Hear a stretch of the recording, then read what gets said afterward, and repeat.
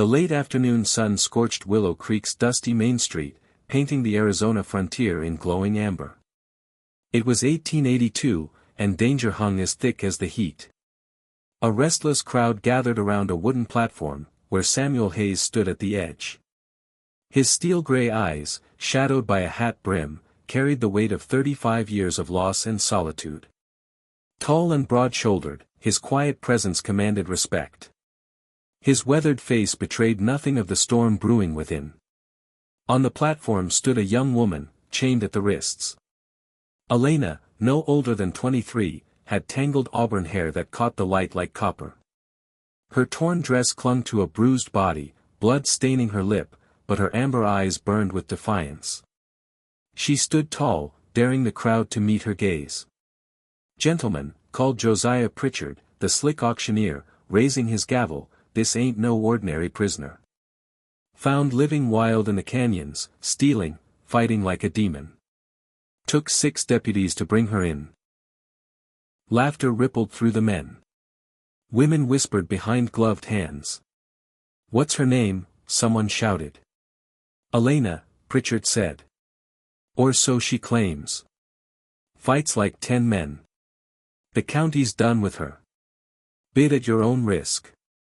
Elena's eyes swept the crowd, locking onto Samuel's. The noisy square seemed to hush.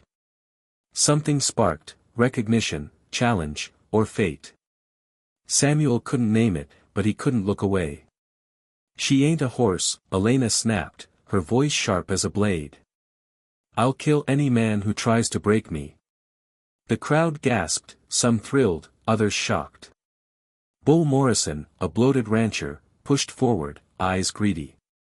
$40, he bellowed. "She'll fit at my place.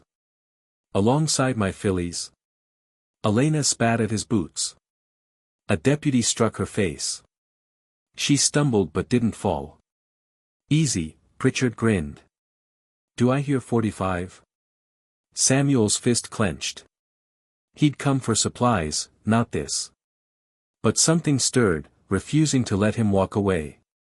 He stepped forward. 100, he said, voice steady, cutting through the hush. Gasps erupted. Pritchard's eyes bulged. "Mr. Hayes, surely. Cash." Samuel pulled a leather pouch from his coat. Bull's face purpled. "Hold on, Hayes." Samuel's gray eyes pinned him. "Bid higher, or she's mine." His hand hovered near his Colt .45. Bull spat but backed down. "She's yours. No man'll tame her." Pritchard snatched the money. A voice jeered, "What'll you do with her, Hayes?" "My business," Samuel said. To the deputy, "Unlock her." The chains fell. Elena rubbed her wrists, eyes locked on Samuel. "You bought nothing," she said coldly. "I'm no man's property." "Never said you were," Samuel replied. "But the law does. Coming with me's better than staying with this lot.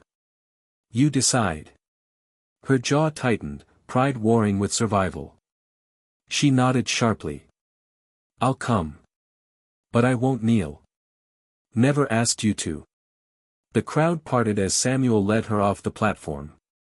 Whispers buzzed like flies. At his wagon, he paused. "Can you ride?" "Better than any man here," she shot back. "Good. Mare's tied behind.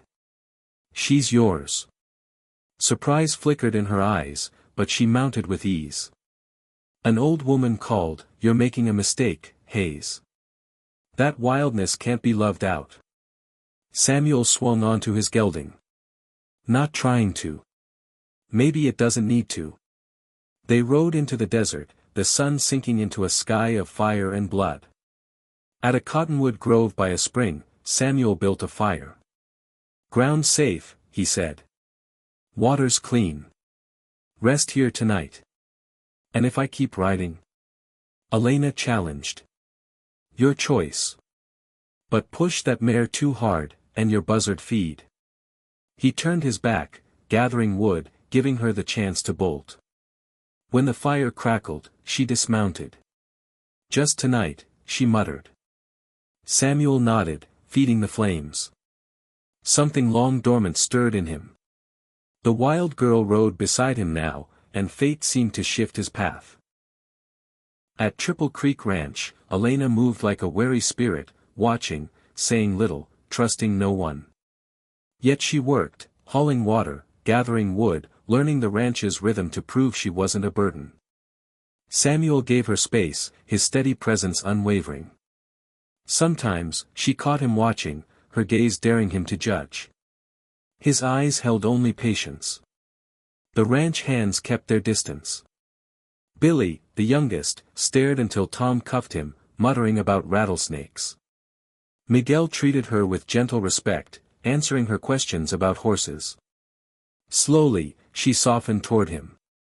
One evening, Samuel found her calming a skittish Mustang in the corral. "You've got away with them," he said. "They're honest," she replied. "They fear or trust. Nothing else. Wish people were that simple." Her eyes flicked to him. "People always want something. That's why I survived alone." Samuel unlatched the corral gate, letting the Mustang step free. It circled and settled. "Sometimes," he said, "what you expect ain't what you get."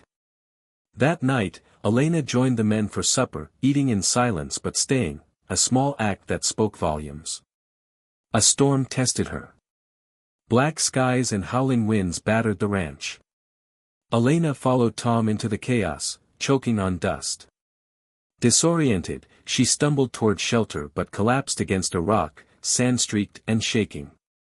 Samuel found her, wrapping his coat around her. "You'll kill yourself running like that," he said. "I didn't ask you to come," she snapped. "You didn't have to.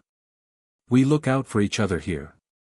Back at the ranch, Tom scolded her, but Samuel tended her sand-burned skin gently. "I thought I knew the land," she whispered. "I know nothing." "You know how to survive alone," Samuel said. "Now you're learning to survive with others. That's harder." The breakthrough came in the corral. Billy struggled with a young Mustang, shouting and pulling. Elena climbed the fence, approaching the horse calmly. "You're scaring him," she said. Within minutes, the Mustang stood still, trembling but calm under her touch. Samuel watched, seeing not a wild creature, but someone who understood fear. Elena worked harder, blistering her hands, burning meals, laughing at her mistakes but never quitting. Tom respected her. Miguel taught her to cook. Billy treated her like a sister. One night, Samuel heard her singing softly to distant coyotes. She stiffened when she saw him. "They understand me," she said. "So do I," he replied. Her eyes searched his for mockery but found truth. Before dawn, riders stormed the ranch, 15 men, torches blazing, led by Jake Morrison, Bull's crueler brother. "Hayes," Jake sneered, "you're keeping something that ain't yours." Samuel stepped onto the porch, hand on his Colt. "Everything here's mine. Not her. She shamed my brother. She's Morrison property." Elena stepped forward, knife flashing. "I'm no one's prize. You'll have to kill me." Samuel's voice cut through. "She's her own. But she's under my protection. You come for her, you come through me." Tom, Miguel, and Billy flanked him, weapons raised. 5 against 15. Jake's smirk faltered. "This ain't over," he spat, retreating with his men. Elena collapsed on the porch, shaking. "I should leave," she whispered. "They'll come back." "Not your fault," Samuel said. "Jake's a coward. You're not alone unless you choose to be." Her eyes met his, defiance softening into hope. Willow Creek buzzed with talk of the standoff. Some called Samuel mad, others admired Elena's courage. A week later, Judge Blackwood held a hearing in a packed barn. Jake demanded Elena's imprisonment, calling her a danger. Samuel countered, the only danger is men treating her like property. Elena spoke clearly. Elena Marchetti. My family was killed when I was 12. I was sold, escaped, survived 7 years in the canyons. I stole to eat, fought to live. If that's a crime, I'm guilty. Mrs. Carlson, a respected ranch wife, spoke up. Her parents were good people. She's a survivor. The judge's gavel fell. This town's auction was a disgrace. Elena owes restitution for theft. Beyond that, she's free. Anyone who harms her answers to the law. Jake raged, but the crowd parted as Samuel led Elena out, her hands trembling but her head high. Weeks passed. Elena became part of the ranch, cooking, mending, riding. Her rare laughter lit the place. One day, a rider approached, her sister, Rosa, alive after years apart. Their tearful reunion healed old wounds. Rosa stayed, and Elena no longer felt alone. When a blizzard hit, Samuel was lost driving cattle.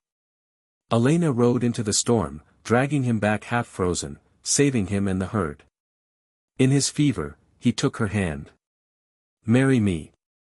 Not to tame you, but to stand beside you. I'll keep my knives, she warned. I'd worry if you didn't, he laughed. They married under the cottonwoods, Elena wearing her mother's silver cross. She remained wild, riding with her hair flying, throwing knives, arguing fiercely, but her wildness was no longer born of fear. It fueled Triple Creek, and Samuel loved her for it, steady as the mountains, giving her roots and freedom. The town stopped calling her the wild girl. They called her Elena Hayes, the woman who rode into a rancher's heart, building an untamed, unbreakable life under the Arizona sky.